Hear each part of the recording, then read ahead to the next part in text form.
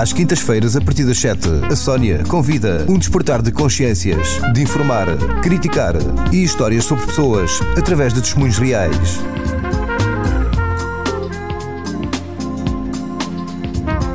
A Sónia convida, com Sónia Lobato. Então, muito bem-vindos a mais uma emissão A Sónia Convida. Hoje vamos estar numa conversa muito interessante. Eu diria que são 60 minutos sem prolongamento. Já sei que o convidado de hoje, para lá de ter uma pasta que dói, tem um excelente bom gosto no que toca a futebol, é um sportinguista. Está comigo Tiago Leite, diretor do Centro Distrital da Segurança Social de Santarém. Muito obrigada por ter aceito o meu convite para estar à conversa, sem saber sobre o quê. Prometo que não vai doer. Muito obrigado boa tarde a todos. É com alegria que estou aqui a conversar um bocadinho consigo. E não é por causa do resultado do Sporting? Não é por o Sporting ter ganho, mas ajuda também ao bom espírito aqui na nossa conversa. Muito bem. Tiago Leite está à frente do Centro Distrital de Segurança Social de Santarém, mas antes de conhecer este desafio, que já abraça desde 2011. Desde dezembro de 2011. Desde dezembro de 2011. Eu gostava que falássemos um pouco do percurso, como é que foi parar esta pasta, e numa pesquisa que eu fiz assim muito rápida, pronto, apercebi-me que foi candidato à Câmara Municipal de Santarém em 2009. É gostava de começar precisamente por aí, até porque o foco, vamos estar sempre à volta de Santarém. O que é que o levou a ser candidato à Câmara Municipal de Santarém em 2009, quando já era conhecida a situação financeira, e que infelizmente se mantém, que é difícil? O que é que o levou a ser candidato à Câmara Municipal? O que me levou foi uma questão de princípio. A minha vida profissional é a banca. Gestor bancário. Entrei para a banca em 1990, portanto tenho já uns anos de gestão bancária e cada vez mais sinto que o que o setor privado pode dar ao setor público é muito. A banca privada ensina-nos a gerir, a ter rigor, a saber como devemos utilizar o dinheiro para melhores fins, para que, como eu costumo sempre dizer, só fazemos falta se conseguirmos realizar dinheiro para dar aos acionistas da empresa onde trabalhamos, e neste caso os acionistas públicos somos todos nós os contribuintes. Se nós conseguirmos, na nossa missão pública, gerir de forma a que possamos reembolsar dinheiro aos contribuintes, isso é o quê? É pedir-lhes menos esforço fiscal. E esse terá que ser o nosso trabalho sempre que estamos ao serviço público. Ao serviço privado é dar dinheiro ao acionista, no serviço público é não pedir tanto dinheiro aos contribuintes. Mas nessa ótica, como é que vê? Quando em 2009 eu tento, ou faço a minha proposta, ser candidato pelo CDS, não só por valores morais, por aquilo que eu acredito e que o CDS defende, mas também por isso mesmo, porque sentir que a Câmara de Santarém estava a ter um caminho, e todos sabemos que o Dr. Moita Flores pode ter os seus defeitos, mas também tem as suas qualidades. O Dr. Moita Flores pôs Santarém a ser falado no panorama nacional, mas depois faltou-lhe qualquer coisa. E esse qualquer coisa foi o rigor financeiro. Rigor esse que eu pensei e tentei explicar a todos os habitantes de Santarém que poderia ser uma mais-valia. Ora, a escolha não foi essa. Acharam que deveriam continuar a escolher o Dr. Moita Flores. As pessoas lá saberão, a história encarrega-se de fazer o resto, e a realidade é que o Presidente da Câmara atual está a braços com uma dor de cabeça muito grande. Como é que vê a situação da Câmara? Eu sei que está com uma pasta que tem consequências em diferentes áreas que são vitais na cidade de Santarém, no distrito de Santarém, mas abstraindo-se dessa pasta e do conhecimento que tem e feedback que tem, porque conhece o terreno, como é que vê a situação de Santarém na perspectiva de território, na perspectiva de descentralização, na perspectiva de encerramento de serviços públicos? Como é que se olha para esta cidade? Santarém está igual ao país. Santarém é o espelho. Aliás, já quando temos eleições a nível nacional, o barómetro sempre das legislativas é o distrito de Santarém. E a cidade de Santarém, concelho, não deixa de ser um pouco o espelho do que se passa no país. Ou seja, quem veio antes gastou de uma forma completamente descontrolada, e quem chega e quer reorganizar vê-se a braços de muita dificuldade. Eu não estou a dizer que faria as coisas como está a fazer o atual Presidente da Câmara, cada um tem a sua forma de ver os problemas, mas uma coisa é certa: a luta que ele tem é muito mais difícil porque não começa do zero. Começa do menos muitos. Já apanha muito trabalho mal feito e trabalho que tem que resolver. Exatamente. Vamos então à pasta da Segurança Social. Como é que está o distrito, do ponto de vista... Melhor, o que é a Segurança Social abraça? As valências, qual é o desafio, o objetivo? A Segurança Social é um mundo. A Segurança Social tem dois papéis que podemos assim diferenciar, duas grandes pastas, vamos chamar assim. Social. Onde é que vais? Vou à Segurança Social. Temos vamos chamar assim, três grandes pastas. A pasta das contribuições, onde temos todas as empresas que descontam a parte que têm de descontar em seu nome e em nome dos trabalhadores.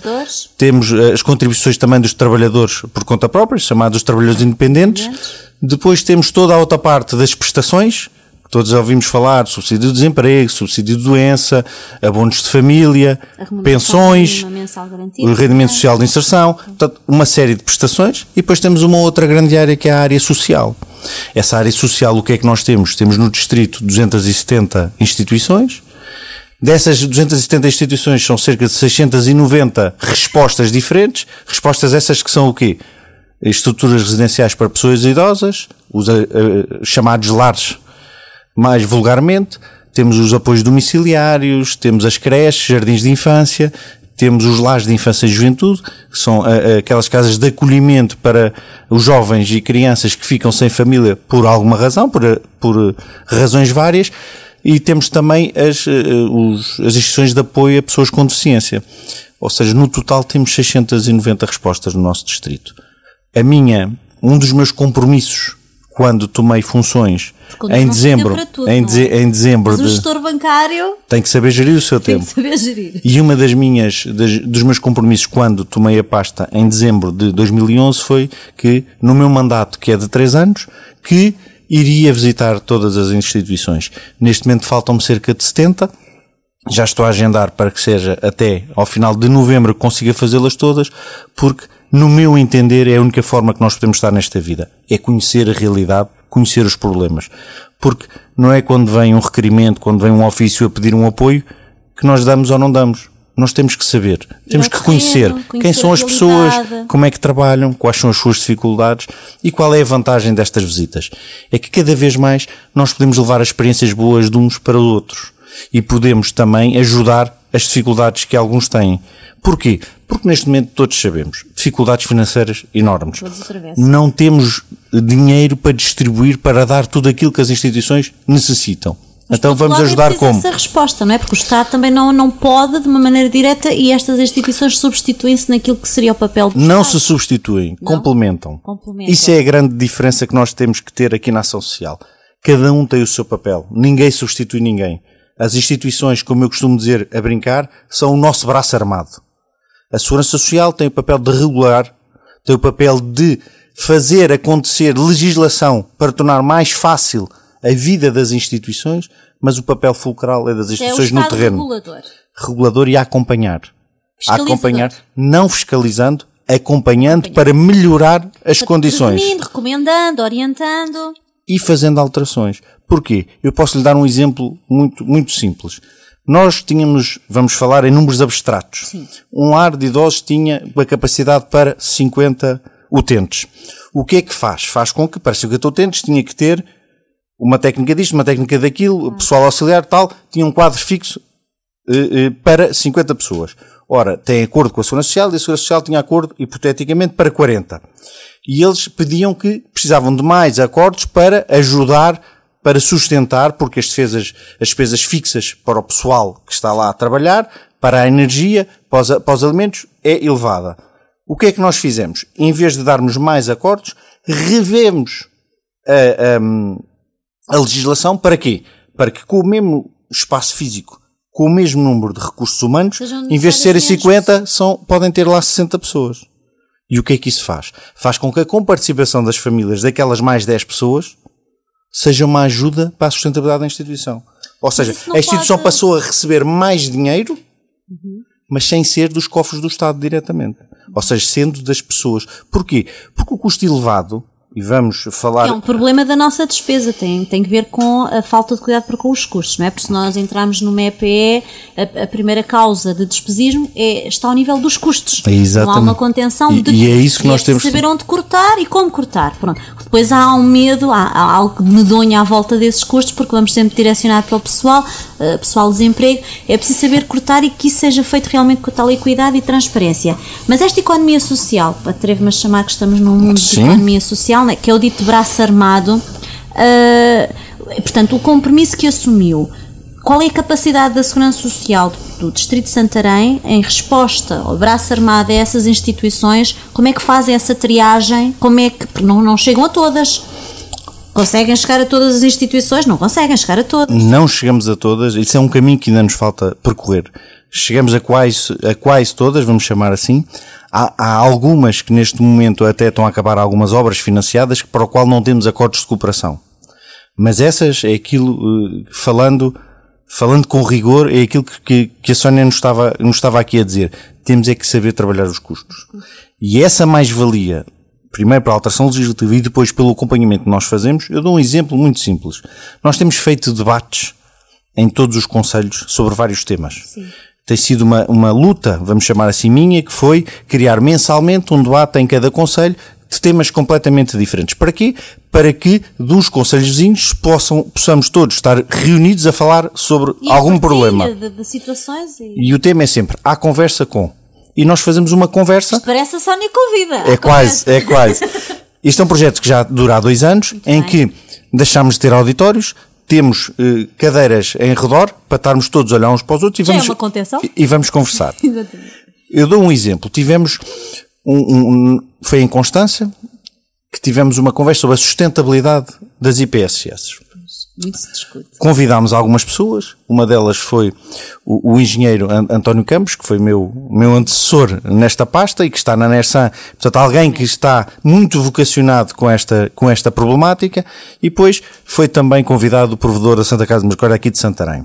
E ele dava um exemplo, o provedor de Santarém, durante a conversa dava um exemplo, e ele dizia que muitos quilos de batata se comem na Misericórdia de Santarém. Só para ter uma ideia, a Santa Casa de Misericórdia de Santarém serve 1.600 refeições por dia.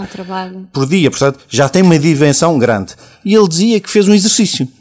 Eu vou falar de valores completamente ao calhas, mas a lógica está presente, que era, ele comprava, hipoteticamente, 20 kg de batatas, que eram as sacas de batatas, hipoteticamente a 10 euros. E depois, as senhoras que trabalham na cozinha descascavam as batatas, perdiam 3 horas a descascar as batatas, e ele assim foi pesar as batatas depois de descascadas. E elas pesavam apenas 12 quilos.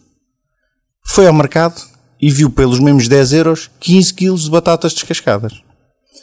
Passou a comprar as batatas descascadas, não perde o tempo de trabalho das senhoras, portanto, que podem estar a fazer outra coisa, e otimizou ali.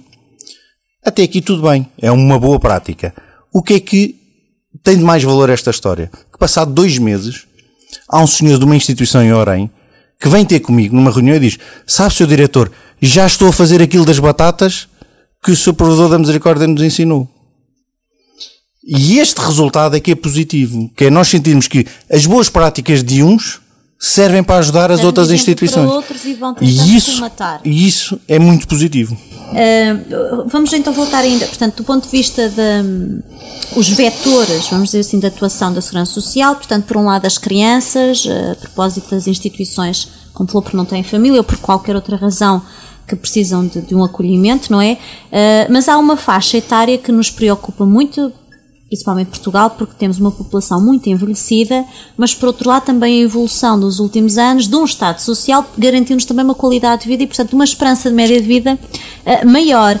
E os lares são, no fundo, o destino de muitos, não é? Nós somos os idosos da amanhã, portanto não andamos ainda a pensar no nosso amanhã, mas a verdade é que os lares são o destino de muitos.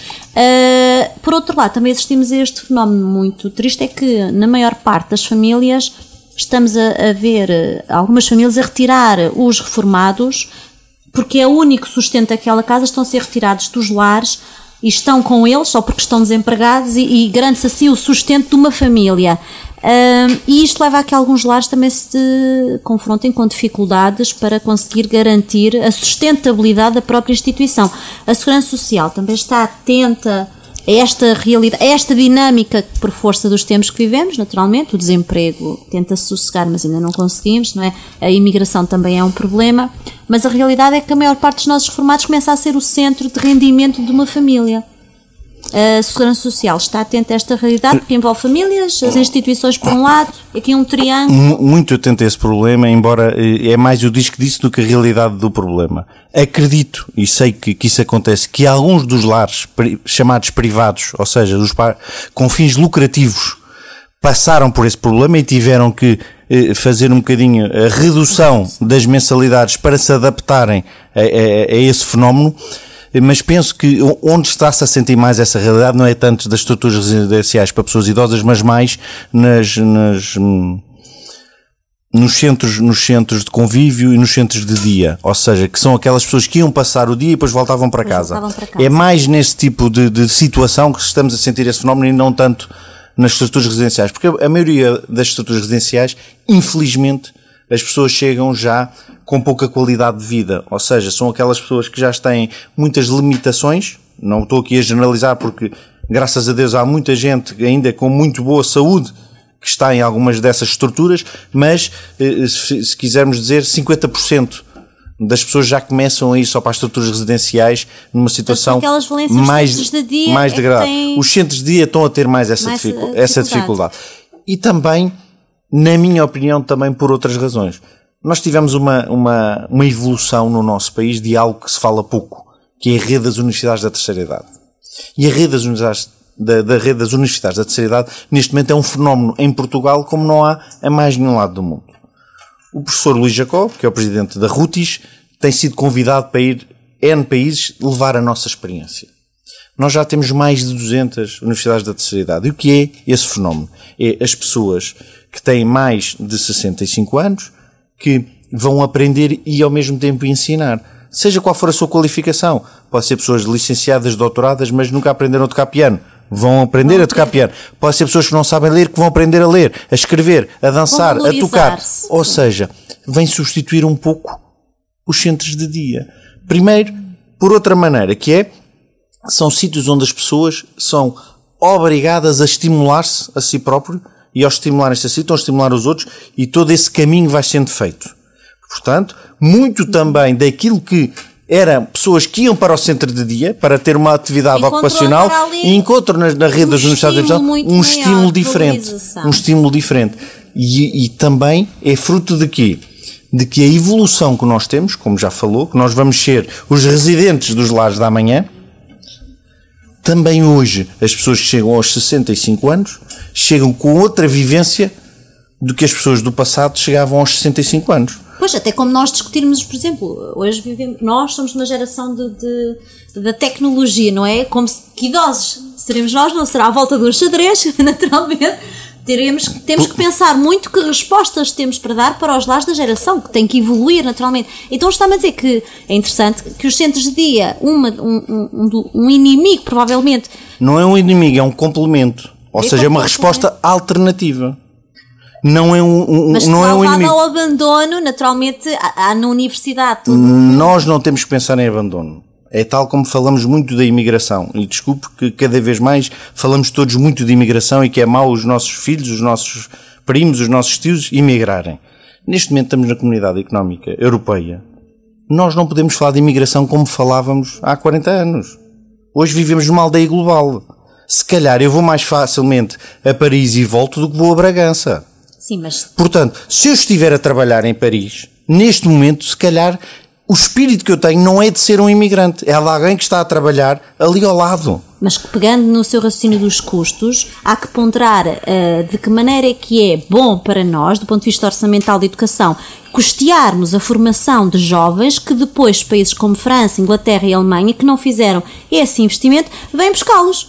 Isto vamos aos custos. Valerá a pena estar a dar essa formação? Há que pensar no papel da educação. Estamos a valorizar Portugal. Porque se eu for para Paris trabalhar e for um português, estamos a valorizar o nosso país. Mas o que é que em termos de dinheiro? Vamos ao dinheiro. O que é que esse jovem, que nós custeamos a formação dele com os nossos impostos, do ponto de vista de educação, e, portanto, exportámo-lo, ele vai para fora e não volta. Mas nós não Mas quem é que exportamos. leva? Leva a marca Portugal? Leva. E o dinheiro? Qual é o dinheiro que entra desse? Qual é o retorno que nós temos do investimento que fazemos com a educação? O dinheiro entra exatamente o mesmo se eu estiver a trabalhar aqui. Hoje em dia eu compro global.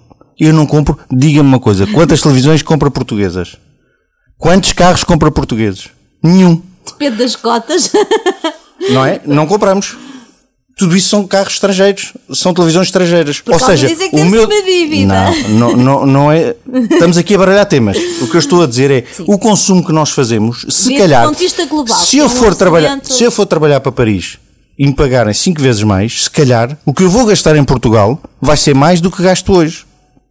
É isso que nós não vemos. Vemos sempre como um papel depreciativo. E nós temos que ver as coisas. Ainda hoje ao almoço eu falava com 2 amigos meus. E eu dizia-lhe, nós temos o mesmo problema aqui. Temos 2 maneiras de olhar. Da forma negativa ou da forma positiva. Até é sempre o copo meio cheio. Nós temos que ver sempre o lado bom das coisas. Estávamos a falar, e eu até dei o exemplo. O rapaz estava à minha frente, bebeu uma Imperial. E o copo estava vazio. E eu dizia, nós podemos ver isto de 2 maneiras. Que bem que me soube esta cerveja. Ou dizer que chatice, vou ter que pedir outra.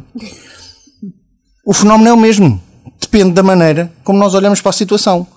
E se nós olharmos de uma forma positiva, a vida corre-nos sempre melhor a todos. Porque um sorriso faz pegar um sorriso da outra pessoa. Uma cara fechada faz com que as pessoas olhem para nós de cara fechada. E tudo o que seja exportação de pessoal qualificado dentro da União Europeia é positivo para Portugal. Porquê? Vai valorizar o português noutros trabalhos que possam vir a aparecer. Porquê? Porque se eu for um bom profissional, quando eles precisarem de outro, vêm cá procurar. E estão dispostos a pagar mais porque sabem que o bom profissional vem de Portugal. Então, e depois- E é isso que nós temos que valorizar. Porque depois o bom volta sempre. E hoje em dia as empresas são multiculturais, multipaís. Portanto, nós não temos aquela preocupação do imigrante que ia e estava lá longe. Hoje estamos em comunicação uns com os outros diariamente. Está bem, mas Tiago, vai concordar comigo que a querer validar esse fenómeno da imigração dessa maneira, de ver com o dito sorriso, nós vamos então a um problema e que é uma fatia muito preocupante da Segurança Social, são as contribuições. Porque ainda que a movimentação global de consumo, porque compra aqui ou compra em Paris, há a questão das contribuições. Quantas pessoas entram em Portugal do estrangeiro para trabalhar todos os anos? Mas estão a garantir a sustentabilidade da Segurança Social? Faz ideia de quantas são? Não faço ideia. Fazem descontos. Mas garante a sustentabilidade da Segurança Social A sustentabilidade da Segurança Social com as contribuições que temos hoje? tem que ser reformulada o modelo. Não tem a ver com o número de pessoas que vão cá estudar e vão para fora. Então não Uma coisa tem- é o modelo da sustentabilidade da Segurança Social que tem que ser repensado. E o Sr. Primeiro-Ministro já o disse várias favor vezes da que privatização. não é a favor da privatização. Já o disse várias vezes que o partidos da oposição têm que sentar e de uma forma racional. Que é a reforma principal que não foi feita. Não foi feita Lamentavelmente. porque não se consegue fazer sem uma maioria completamente Mas toda completa. a gente concorda que eu não vou dizer o coração, mas é o pulmão de um sistema. Mas as de um Estado pessoas social não que se cerca quer, o oxigênio. as pessoas Tem que mexer. não se querem sentar para falar disso. As pessoas não se querem sentar para falar disso. Os partidos da oposição é mais confortável dizer somos contra. Como é que se faz melhor? Somos contra. E depois Até vais como é que se faz escolher os melhor? argumentos. Somos contra. Que é contra. Isto não é forma. Temos que nos sentar e conversar uns com os outros. Ainda hoje vinha um artigo que vinha não sei onde, vinha num site na internet, em que vinha a dizer que muitos defeitos podemos apresentar ao seu Primeiro-Ministro, mas uma coisa é certa, ele não está a fazer as coisas de maneira a ganhar votos. Ele está a fazer as coisas para ver se endireita ao país. E é esse o estado da coligação. Mas isso foi antes ou depois dele chamar nomes aos jornalistas? Foi depois ainda. Foi depois ainda. Ele não chamou nomes aos jornalistas. O que ele disse foi de uma forma correta. É que lá voltamos ao mesmo. O mesmo problema pode ser vendido de duas maneiras. A cerveja. E infelizmente, todos estamos sempre a tentar vender o feio da questão. Tiago Leite é militante, eu esqueci de dizer, portanto, do CDS-PP, portanto está aqui a falar como membros de uma coligação, não é? Certo. A coligação vai de boa saúde. A coligação vai em prol do país. Isso significa? Que estamos lado a lado a fazer o que o país precisa. Se estivéssemos sozinhos faríamos de maneiras diferentes. Uma coligação é isso mesmo. É como um casamento. Nunca faz só o que um quer. Faz sempre aquilo que os dois... Temos sempre as cedências. Parte a parte, faz parte. O CDS, por acaso, tem esta pasta, portanto a pasta social, não é? Tutelada por Mota Soares, que hoje veio dizer que não concordava muito com as recomendações que foram feitas pela OCDE, que manda reduzir funcionários, não é? Estará o CDE em linha com o CDS, ou estará a Mota Soares a pensar que daqui a um ano vamos a eleições? Não é mesmo... O que o Sr. Ministro disse foi que não tem que concordar com tudo o que a OCDE diz. Não significa não que é a mesma coisa, não é a mesma coisa do que aquilo que está a dizer. E é uma realidade, nós não temos que concordar com tudo. Temos é que tentar fazer um caminho. E todos sabemos que isto da Segurança Social é muito complexo. Todos sabemos que as pessoas vivem mais anos do que viviam no passado. Portanto, toda a lógica da Segurança Social mudou, porque as pessoas, como disse há pouco e bem, a nossa esperança de vida é muito maior do que era há uns anos atrás. As contribuições da maneira que são feitas, nós não descontamos 100%, para receber 100%. Portanto, toda a vida vamos descontando sempre uma parcela. A forma como está a ser feita tem que ser reequacionada. Agora uma coisa lhe digo, e parafraseando o último Ministro das Finanças, que ele dizia, e que eu concordava com essa frase que ele dizia: todos querem viver do Estado Social, mas ninguém quer contribuir para ele. E essa é uma realidade que nós temos e temos que falar muito seriamente. Todos achamos que temos que ter benefícios do Estado. Mas quando nos calha a nós a comparticipar, já vemos com grande dificuldade. Eu dou-lhe um exemplo muito simples. Quando tivemos agora o problema da faturação das pessoas pedirem o recibo cada vez que vão a um café. Recorda-se? Há um ano atrás. Sim. Foi uma grande polémica. Sim. Até o ex-secretário de Estado da Cultura até foi muito deselegante. Deselegante da maneira como falou deste tema. Uma coisa é certa. Agora, quando fazemos as contas, entrarão mais de 2 mil milhões de receitas fiscais que não entravam no passado, fruto de nós pedirmos o recibo. Porquê? Porque as pessoas passaram a ter que dizer que vendem. É o pedido que nos fazem para nós, indivíduos, ajudarmos na cobrança fiscal. Porque se nós todos pagarmos impostos, cada um paga menos. Mas nós hoje temos a função do imposto, efetivamente, é depois dar um retorno de um serviço público. É a função do imposto, por enquanto, a definição que lá está, é que é para vir um retorno de um serviço público. Nós temos uma carga fiscal elevada, como não temos há muito tempo.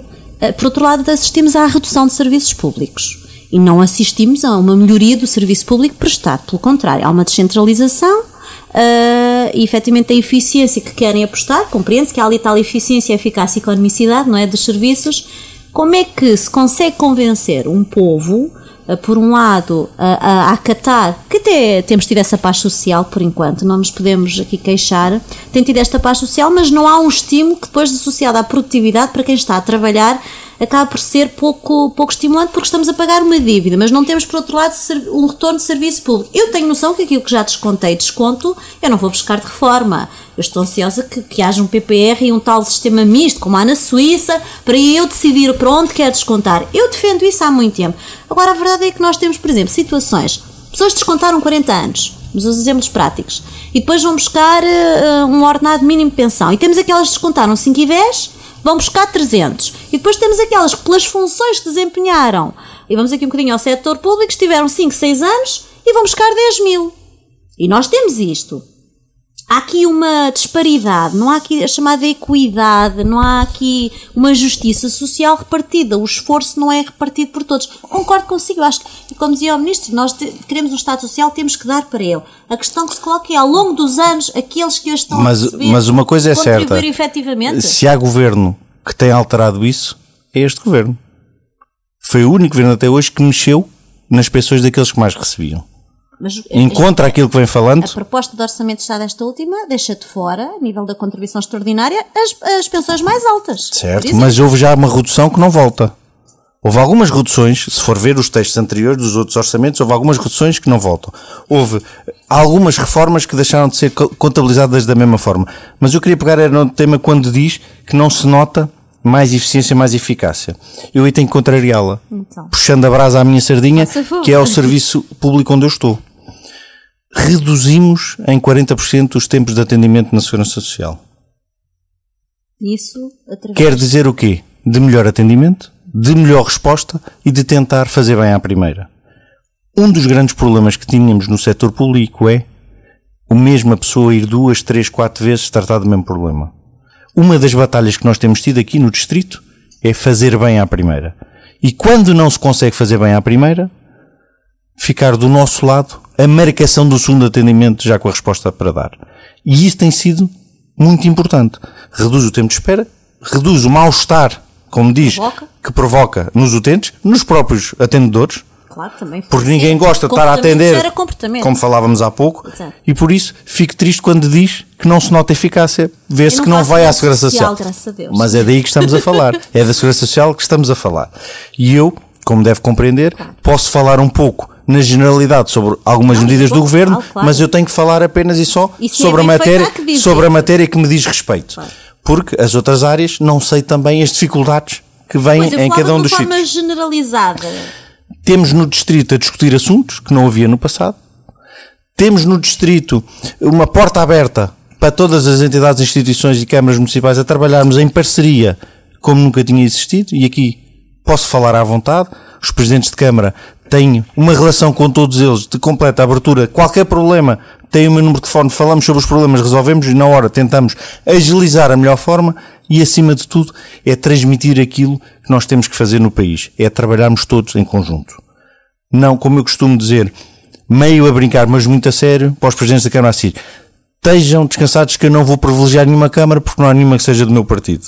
Por isso, estou à vontade. Vou tratar todas por igual. Porque nós, na ação social, não podemos trocar um cartão de militante por um prato de sopa. Nós temos de tratar todos com as dificuldades que têm. Mas temos que ser rigorosos.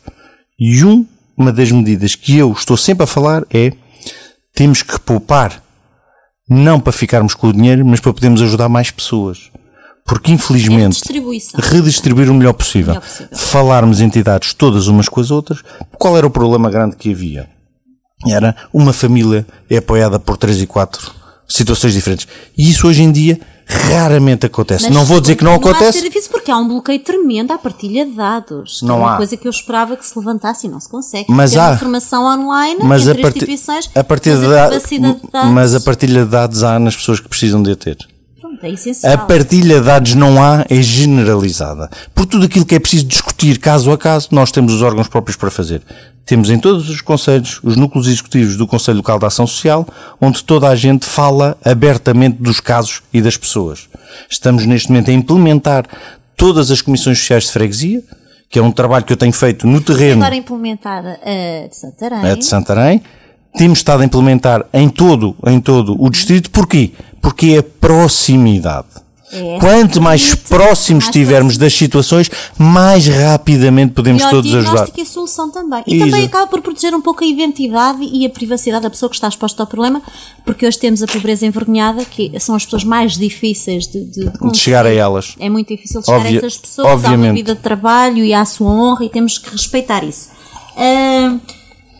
Paulo Portas, em 2009, afirmou o seguinte sobre Tiago Leite: é um homem de caráter, não é mentiroso e diz o que pensa. Isto foi em 2009, mantém-se? Sempre. Sou acusado em muitos sítios de dizer mais do que aquilo que devo, mas sempre a frontalidade. É sempre a frontalidade. Considera-se, portanto, um homem muito frontal. Frontal e a dizer o que tem que ser dito. Eu recordo-me, em janeiro de 2012, fui a uma freguesia, Olalhas, em Tomar, uma freguesia de Tomar, em que, e aqui o meu cumprimento se me tiverem a ouvir, que um almoço, aliás, com cerca de 200 pessoas, numa sala cheia de pessoas da freguesia, só para relembrar que Olalhas é uma freguesia que não chega aos 900 habitantes.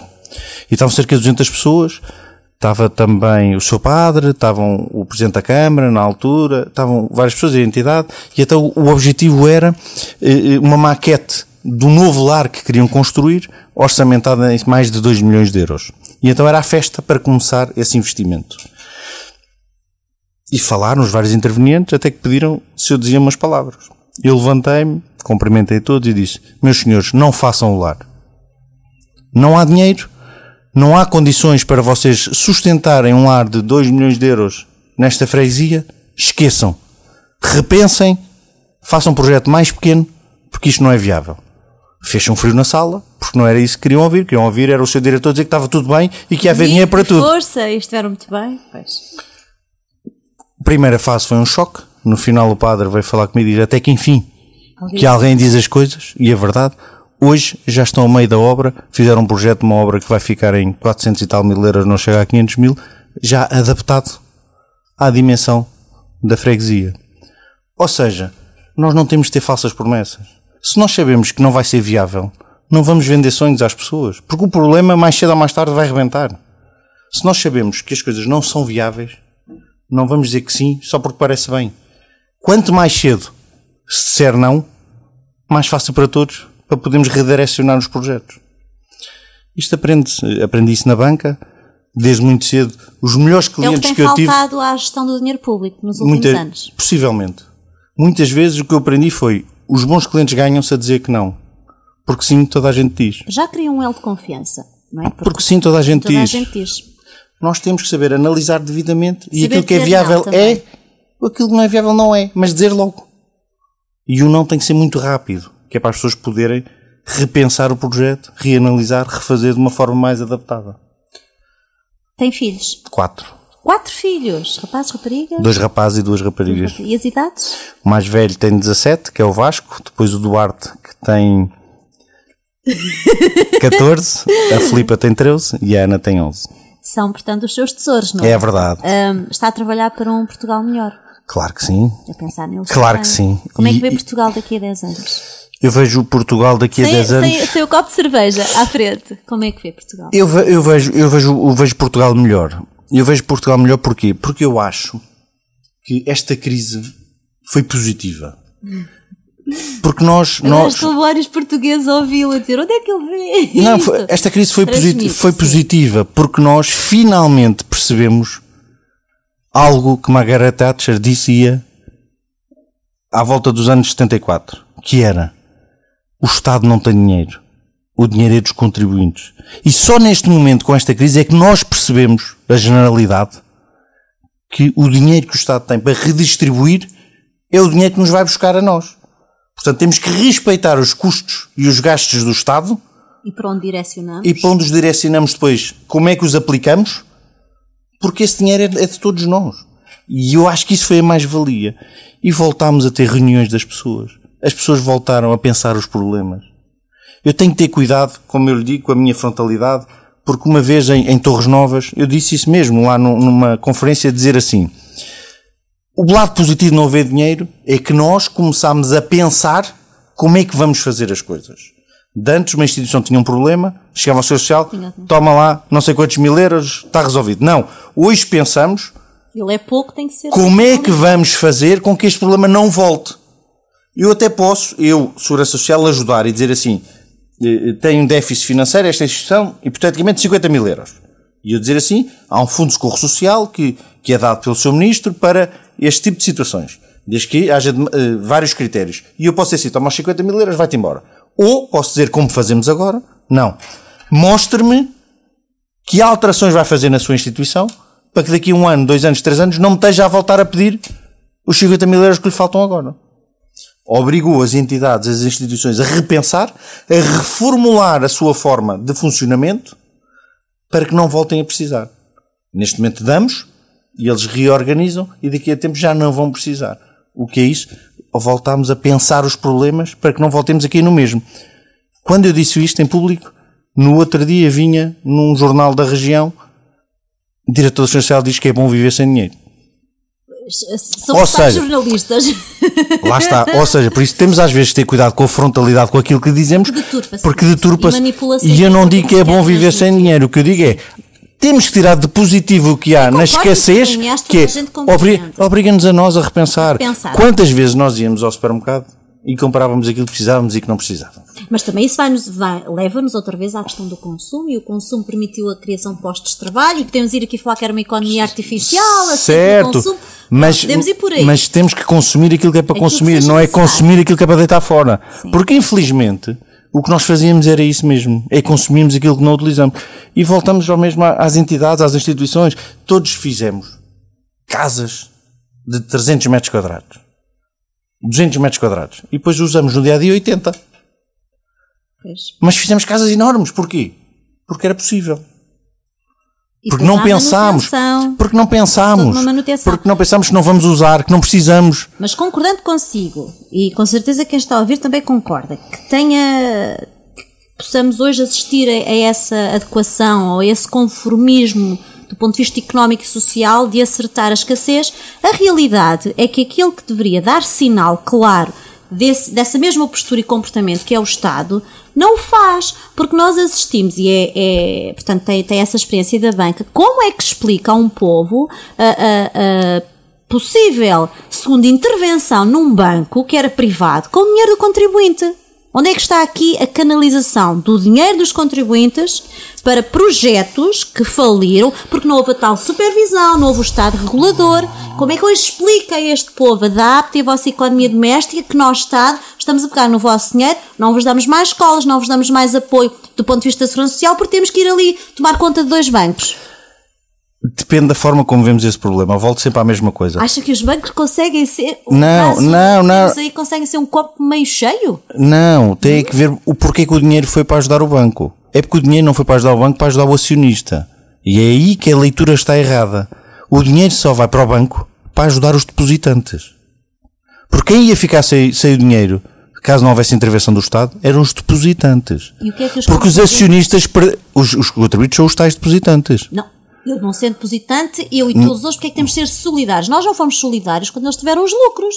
Pois não. Essa história do solidário era muito bonito se nós fôssemos com essa conversa dizer para a Alemanha que não tem que ser solidários connosco, que não têm que ser solidários connosco. Também era bonito irmos para a Europa dizer assim, vocês não têm que ser solidários connosco, nós não temos, vocês não nos dão.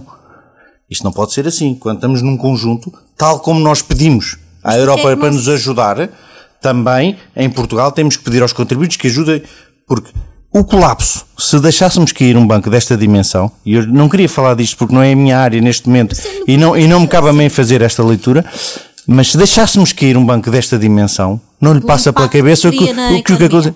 Fechava. O país fechava. Então, mais do que adaptar... Fechava. Isto teve a ver com ajuda aos depositantes. Mas, Tiago... Ponto. Então concordará comigo, para lá do Agora ajustamento que se fez do ponto de vista económico, da economia doméstica das empresas, também as empresas aprenderam a redimensionar, não falta hoje determinar junto do Estado uma responsabilidade pela gestão, porque quem vem atrás, o último a sair fecha a porta. Mas essa responsabilidade já há. Neste momento a lei já alterou. Qualquer tipo de gestor tem que responder financeiramente pelos problemas que tem. Há vários, já há mais tempo. São absolvidos. Não são, não. Ainda ontem a questão do caso eu posso lhe dar. O juiz disse mesmo, é verdade que é incompetente, mas não há crime. Incompetência não é crime. Eu podia dar-lhe 20 nomes de autarcas que já tiveram pagado do seu bolso por problemas desses. Mas não vou-lhes dar, porque essas coisas não me cabe a mim estar a fazer isso. Mas é preciso que as pessoas tenham essa realidade, que isso hoje em dia já existe. Não é tanto falado como devia. Porque as coisas, voltamos sempre ao mesmo. A notícia não é o cão que morde no homem, é o homem que mordeu no cão. E essa é a realidade, porque o resto não se fala. O resto não se fala, porque é normal. Nós pagarmos pelos erros que cometemos. Eu tento não o cometer, mas nunca sabemos. Quem decide, isto é uma coisa que existe sempre. Quem decide tem probabilidade de errar. Quem não decide, isso nunca erra. Quem nunca está num lugar de decisão, isso é garantido que nunca vai errar. Podemos melhorar o papel do Estado fiscalizador e regulador e menos... Podemos, e é isso que estamos a fazer. O que nós queríamos, o que nós defendemos, é um Estado regulador, e não interventivo. O que a ação social faz, ainda há pouco falávamos disso, é o papel da Segurança Social. As entidades trabalham no terreno, a Segurança Social dá o suporte, dá o acompanhamento técnico também, vem dar de formação, vai dando mais valias, mais conhecimento e vai ajudando a que a coisa funcione. É um exemplo de como temos que funcionar em tudo, em todas as áreas. Agora diz-me assim, há muitos erros no passado que demoram a ser corrigidos. Mas o caminho está a ser feito. E isso é que as pessoas têm que perceber. O caminho está a ser feito. Tudo isto não tem um impacto imediato. Não, médio prazo. Obviamente não tem. São coisas que levam o seu tempo. E sempre aquilo que corre mal é aquilo que se fala. Corre depressa. E é aquilo que se fala. Porque nós podemos ter aqui 50 processos que corram bem. Se há um que corre mal, só se fala desse. Porque os outros é normal correrem bem. conta, onde é que se imagina daqui a 5 anos, do ponto de vista profissional? Sentado ali nos espaços do Conselho? Daqui a 5 anos. Ora, eu concorri neste momento no concurso da CRESAP, como sabe, são os concursos que acabou agora. Foram nomeados 3 pessoas na fase final do concurso para serem escolhidos pelo Ministro. O meu nome é um dos 3 que chegámos ao fim das provas como aptos. Se o Sr. Ministro tiver a gentileza de me convidar, estarei pelo menos mais 5 anos nesta função. É assim que diz os novos concursos da CRESAP. O futuro, logo saberemos. Em 2017, nós, CDS, teremos uma palavra a dizer em Santarém. Temos reorganizado a Conselhia de Santarém, está reorganizada, está a trabalhar. Eu estou ativo na Conselhia de Santarém, faço parte da mesa do plenário. O presidente é o Hugo Ribeiro, conhecido como Hugo Bacalhau, aqui na cidade, é o presidente da Conselhia. Estamos a fazer jantares de debates, estamos a chamar pessoas fora do partido para vir falar problemáticas, o trabalho está a ser feito. Em 2017 seremos uma força ativa na cidade, se iremos em coligação na altura, se iremos sozinhos, isto o futuro e as não se sabe. Adivinha-se coligação? As legislativas adivinha-se que é o melhor que for para o país. E eleições antecipadas, acha que acontecerá? Não faz qualquer tipo de sentido, neste momento. Mas acha que acontecerá? Como eu acho que as coisas não fazem sentido, não devem acontecer, não creio que assim aconteçam. Muito bem. Desejos, portanto, para além do nosso Sporting ser campeão, claro, não é? Isso é evidente. Desejos assim a curto prazo, no próximo ano, metas a atingir? Metas a atingir, que consigamos pôr a funcionar no âmbito da Segurança Social, se agora uma legislação, que são as redes locais de intervenção social. O grande desafio vai ser esse, vai ser colocar conselho a conselho a trabalhar mais ainda e melhor na rede social. O objetivo é aquilo que eu digo em todos os conselhos, porque uma das minhas características é passei a estar presente nas reuniões de conselhos locais de ação social, em todos os conselhos. Que usavam muito na sua antecessora. Que algo que se falava, que havia a presença da Segurança Social de técnicos. A minha mensagem tem sido que é um espaço de decisão. Têm que estar os decisores. Gosta de criar identidade, não é? Não quer ser sem identidade, é preciso dar a cara. Mas mais do que identidade é, se eu for, passam a ir também os presidentes das instituições, os provedores e as pessoas que podem decidir. Acaba por corresponsabilizar também outros dirigentes, não é? Exatamente. Então é quase que um dever também, não é? Para todos, porque se o Conselho Local da Ação Social é o local onde se criam estratégias e decisões, se lá estão só técnicos, não podem decidir na altura.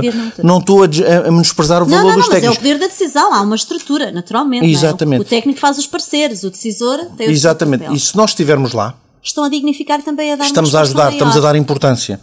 E o que eu tenho falado em todo o lado é, quanto mais em parceria trabalharmos, menos precisamos de trabalhar. O que é que eu quero dizer com isto? É, com menos esforço de cada um, o resultado obtido é maior. E esse sempre foi... É um lema. Sempre foi o meu lema. Já no banco eu dizia o mesmo e alguns diretores que eu tive ficavam muito ofendidos com o que eu dizia, mas eu sempre disse, o meu objetivo é trabalhar menos horas com melhor resultado. Eu não preciso estar cá muitas horas e ter um pior resultado. Mas sabe que esse é o paradigma da função pública. Poxa, mas não pode ser. Nós temos que trabalhar.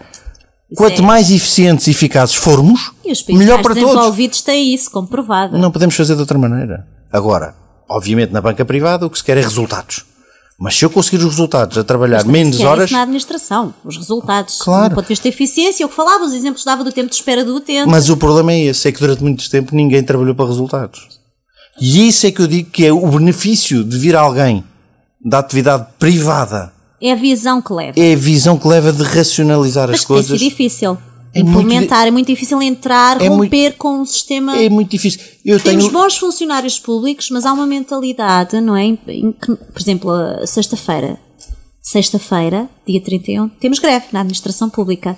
Porquê? Greve numa sexta-feira. Para quê? Primeiro, mas qual é a resposta que se espera? E é um direito de todo que estou aqui a questionar, e estas pessoas têm o direito a manifestarem-se, a zelar pelas suas garantias e tudo mais.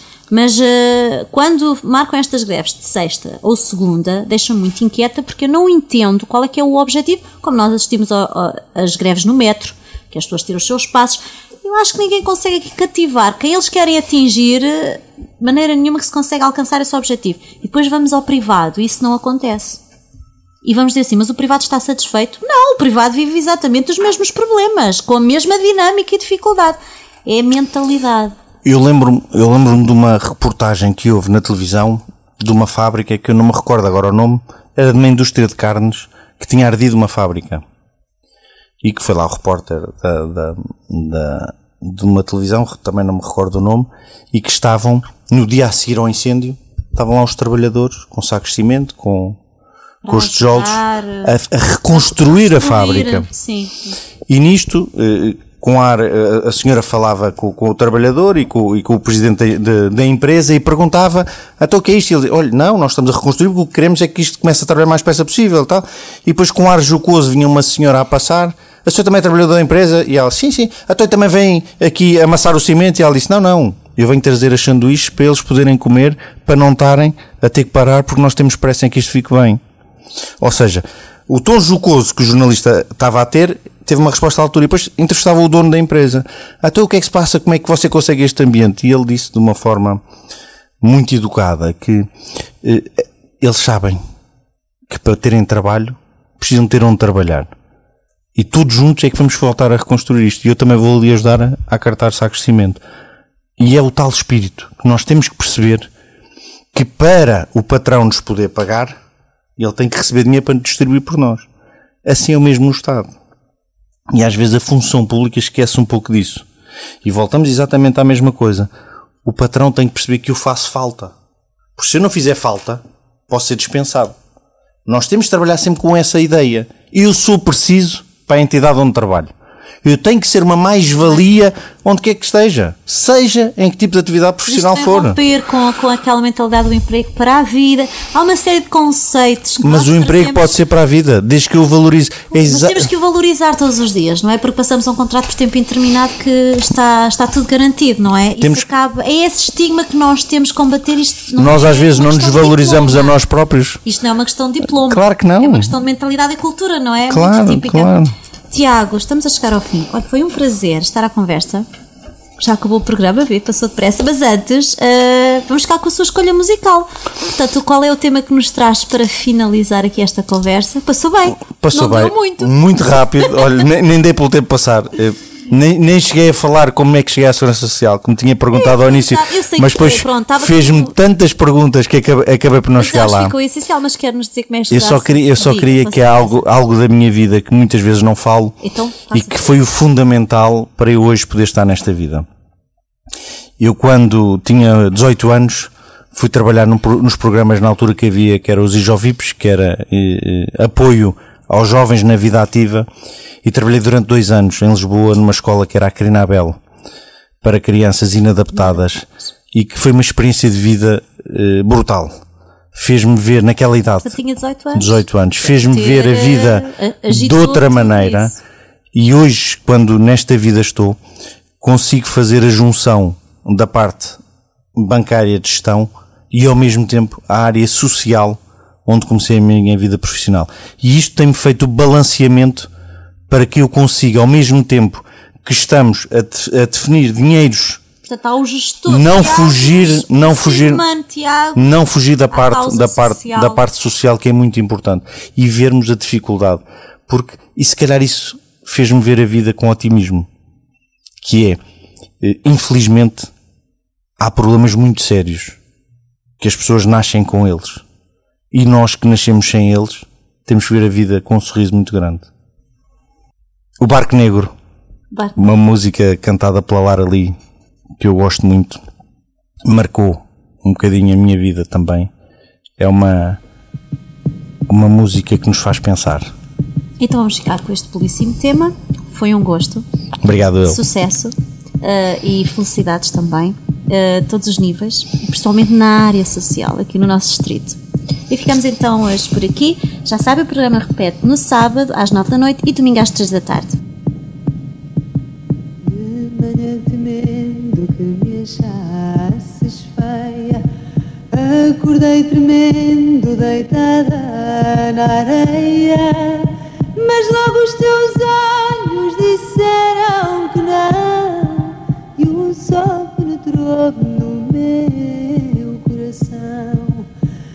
Mas logo os teus olhos disseram que não, e o sol penetrou no meu coração.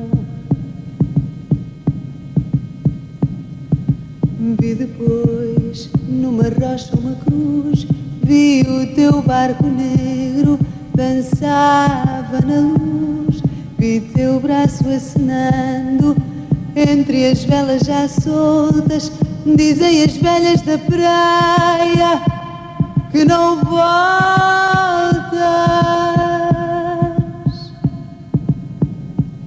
São loucas,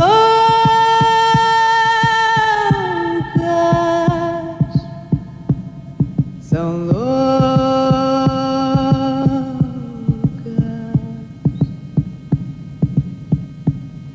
Eu sei, meu amor, que nem chegaste a partir, pois tudo em meu redor me diz que estás sempre comigo.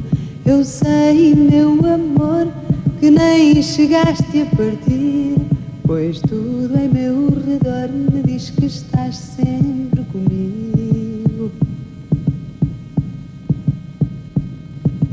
No vento que lança a areia nos vidros, na água que canta, no fogo mortiço, no calor